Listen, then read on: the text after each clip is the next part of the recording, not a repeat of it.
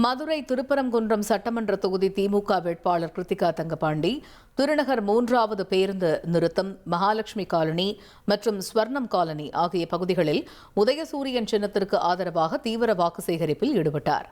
வழிநெடுகிலும் பொதுமக்கள் அவருக்கு உற்சாக வரவேற்பு அளித்தனர். பிரச்சாரத்தின் பொழுது கிருத்திகா தங்கபாண்டி பேசிய பொழுது, திருநகர் பகுதியில் உலகத்தரம் வாய்ந்த சிந்தட்டிக் ஹாக்கி மைதானம் கட்டித்தரப்படும் எனவும், பயன்பாட்டிற்கு வந்துள்ள அண்ணா அறிவியல் பூங்காவில் நவீன ஆய்வக கருவிகள் அமைக்கப்படும் என்றும் உறுதியளித்தார். நாங்கள் போகிற இடத்துல மக்களுடைய தேவைகளை சொல்லிக்கிட்டே தான் வர்றாங்க. இப்போ நீங்கள் எடுத்துட்டிங்கன்னா, இப்போ இந்த திருநகர் பகுதி எடுத்துட்டிங்கன்னா, ஒரு பஸ் வந்துட்டு இருந்துச்சு. அந்த பஸ்ஸை ஸ்டாப் பண்ணியிருக்காங்க. அதை 2 பஸ் மொத்தம் 3 பஸ் வந்திருக்கு. ஒரு 2 பஸ்ஸை ஸ்டாப் பண்ணிட்டாங்க. ஒரு பஸ் தான் வந்துட்டுருக்கு. இப்போ மக்கள் எல்லோரும் என்ன சொல்கிறாங்க, இங்கே இருக்க மக்கள் எல்லாமே கொஞ்சம் கஷ்டப்படுற மக்கள் நாங்கள் இருக்கோம், அந்த பஸ் வந்தால் எங்களுக்கு ரொம்ப யூஸ்ஃபுல்லாக இருக்கும்னு சொல்கிறாங்க. ஸோ அந்த பஸ் வர்றதுக்கான நடவடிக்கை இந்த ஏரியாவில் எடுக்கப்படும், முதல் ஸ்டெப்பாக. அதே மாதிரி எல்லா ஏரியாலையுமே டிஃப்ரெண்ட் பிரச்சனைகள் சொல்லியிருக்காங்க. அது எல்லாத்துக்குமே சொல்யூஷன் கண்டிப்பா பண்ணுவோம்.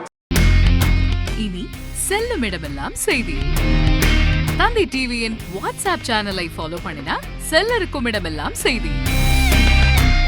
இதோ QR கோட், இப்பவே ஸ்கேன் பண்ணுங்க, ஃபாலோ பண்ணுங்க.